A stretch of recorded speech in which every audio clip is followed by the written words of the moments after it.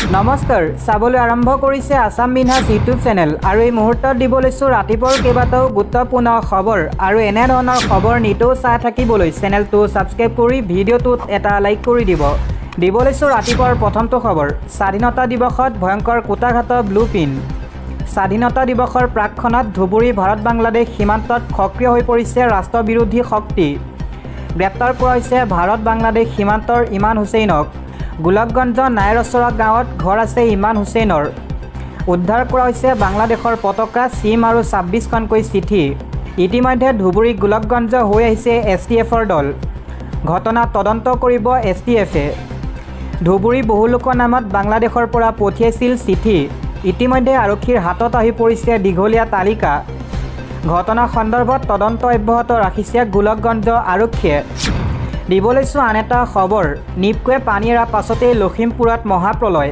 উফন্দি উঠিছে নৈ উপনৈ পানী নাওবৈচা ৰঙা নদীয়ে ধাৰণ কৰিছে সংহাৰী ৰূপ লগতে গাভৰু নৈত তাণ্ডৱত বুৰিছে ইখনৰ পিছত সিখন গাঁও নাওবৈচাৰ 3খনৰো অধিক গাঁৱত তাণ্ডৱ চলাইছে বাহনী পানীয়ে নিপকুৱে বান্ধৰ খোলাৰ পাছতে বান্ধ ভাঙি দিয়াৰ হুংকাৰ প্ৰদান কৰিছে অসমীয়া যুৱ মঞ্চই পূৰ্বেও নিপকুৰ বান্ধৰ পানীয়ে ধ্বংসলীলা চলাইছিল লখিমপুৰৰ বিভিন্ন প্ৰান্তত দিব লৈছোঁ এটা ব্ৰেকিং নিউজ মিয়াৰ বিতৰ্কৰ মাজতেই শিৱসাগৰত জাৰি কৰা হৈছে 163 ধাৰা উজনিত মিয়া বিতৰ্কৰ মাজতেই শিৱসাগৰত 163 ধাৰা জাৰি কৰিছে প্ৰশাসনে একেলগে লগ হ'ব নোৱাৰিব 5জনতকৈ অধিক লোক প্ৰতিকৃতি দাহ পথ অৱৰোধত সম্পূৰ্ণ নিষেধাজ্ঞা জাৰি কৰিছে প্ৰশাসনে কোনো ধৰণৰ মাৰণাস্ত্ৰ লগত ৰাখিব নোৱাৰিব সাধাৰণ লোকে ৰাজহুৱা সভা সমিতি শোভাযাত্ৰা আদিৰ প্ৰয়োজন কৰিব নোৱাৰিব শিৱসাগৰত আগন্তুক 60 দিন পৰ্যন্ত কঠোৰ ৰূপত বলবৎ হ'ব 163 ধাৰা নিয়ম ভংগ কৰিলে BNSৰ 223 ধাৰা অনুসৰি কঠোৰ শাস্তি প্ৰদান কৰা হ'ব দিব লৈছোঁ ৰাজনৈতিক প্ৰেক্ষাপটৰ এটা খবৰ সকলো মুছলমানে ত্যাগ কৰক কংগ্ৰেছ দল কংগ্ৰেছৰ বাবে মিয়াৰ গাত বাংলাদেশী লেবেল লাগিল অসমৰ সাম্প্ৰতিক পৰিৱেশৰ বাবে কংগ্ৰেছ দল জগৰীয়া দশক ধৰি মুছলমানক ব্যৱহাৰ কৰি আহিছে কংগ্ৰেছে ঐতিহাসিক অসম আন্দোলনৰ সময়তো মুছলমানক পৰিচিত কৰিছিল কংগ্ৰেছক এইদৰে থকা সৰকা কৰিলে মিয়া পৰিষদৰ সভাপতি আব্দুল বাটেনে লগতে সাংসদ ৰকিবুল হুছেইন আৰু বদউদ্দিন আজমলক ব্ৰইলাৰ আখ্যা দিলে আব্দুল বাটেনে কংগ্ৰেছক দোষাৰোপ কৰি পলম নকৰাকৈ মুহূৰ্তৰ ভিতৰত কংগ্ৰেছ দল ত্যাগ কৰক মুছলমানে প্ৰয়াত মুখ্যমন্ত্ৰী হিতেশ্বৰ শইকীয়া মিয়াৰ গাত তাহানিতে বাংলাদেশী লেবেল লগাই থৈ গৈছিল IMDT আইন মুছলমানৰ ৰক্ষা কবচ বুলি ভয় দেখুৱাই আহিছিল কংগ্ৰেছে মুছলমান লোকক ভোট বেংক হিচাপে ব্যৱহাৰ কৰি আহিছিল কংগ্ৰেছে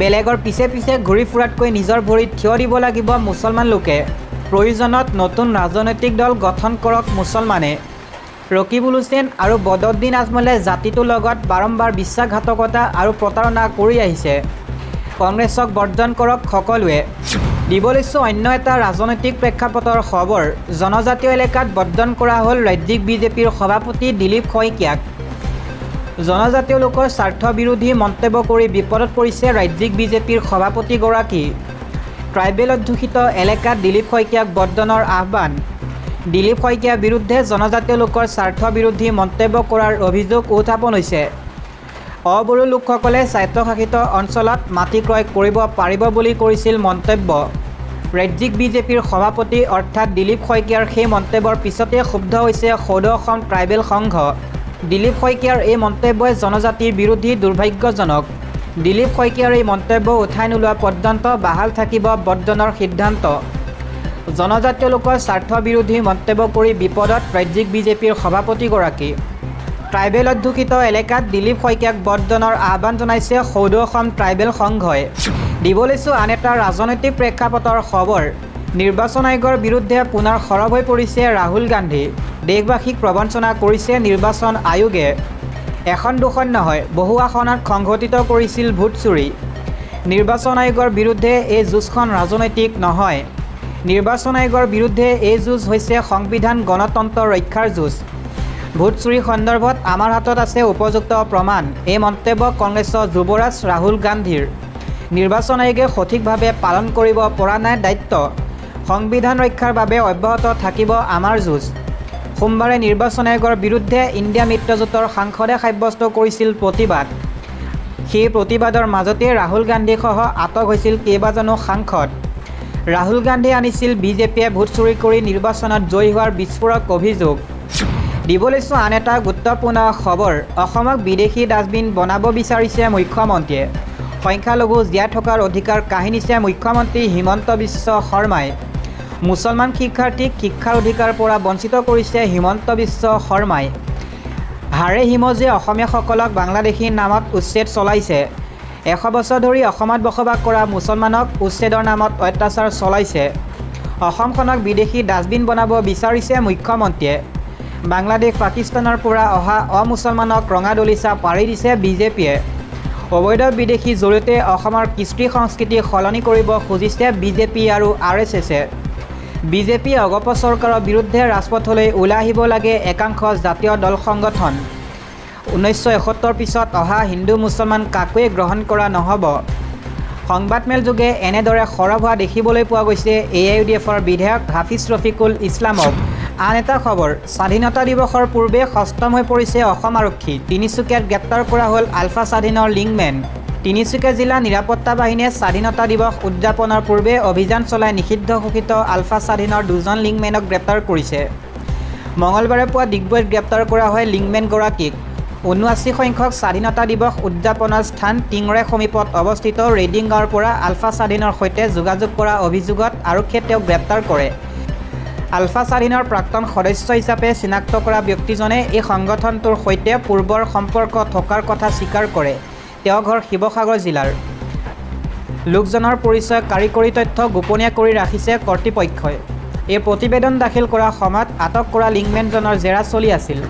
দিব লৈছোঁ আন এটা পলিটিকেল ব্ৰেকিং নিউজ। মৰুভূমিত একত্ৰিত হ'ব নেকি BPF আৰু UPPL?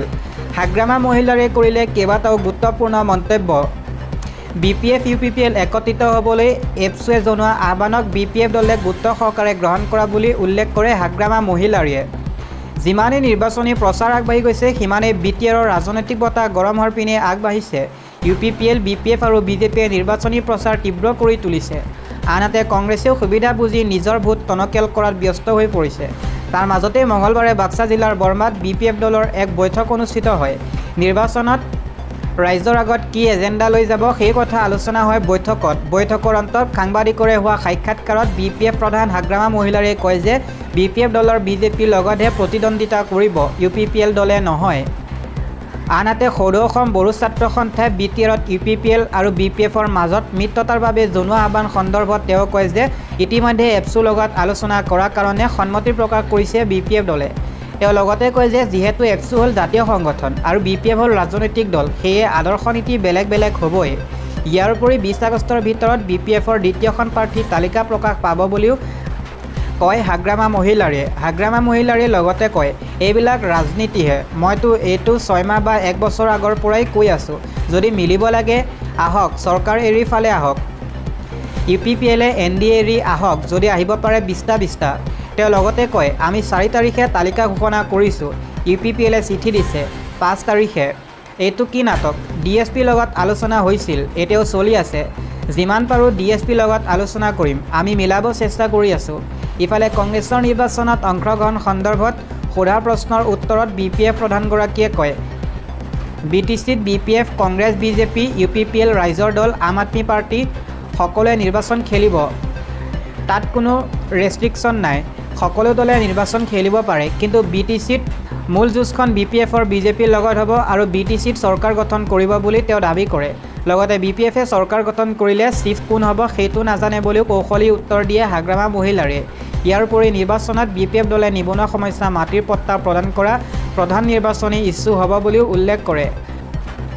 আনহাতে DCC-ক লৈ মুখ্যমন্ত্ৰীয়ে কৰা মন্তব্য সম্পৰ্কত হাগ্ৰামা মহিলাৰীয়ে ৰাজনীতিক যিকোনো কথা ক'ব পাৰে বুলি কয়।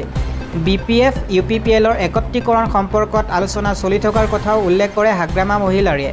আনহাতে প্ৰমোদ বড়োক কিয় গালি পাৰে বুলি সোধাৰ প্ৰশ্নৰ উত্তৰত হাগ্ৰামা মহিলাৰীয়ে কয়, প্ৰমোদ বড়োৱে যিহেতু BTC চলাই আছে, সেয়েহে প্ৰমোদ বড়োক গালি নাপাৰি কাক গালি পাৰিম। উল্লেখ্য যে মঙলবাৰে বাক্সাৰ বৰমাত অনুষ্ঠিত PNP বৈঠকত প্ৰাক্তন মন্ত্ৰী প্ৰমীলা ৰাণী ব্ৰহ্মকে ধৰি সকলো নেতা উপস্থিত থাকে।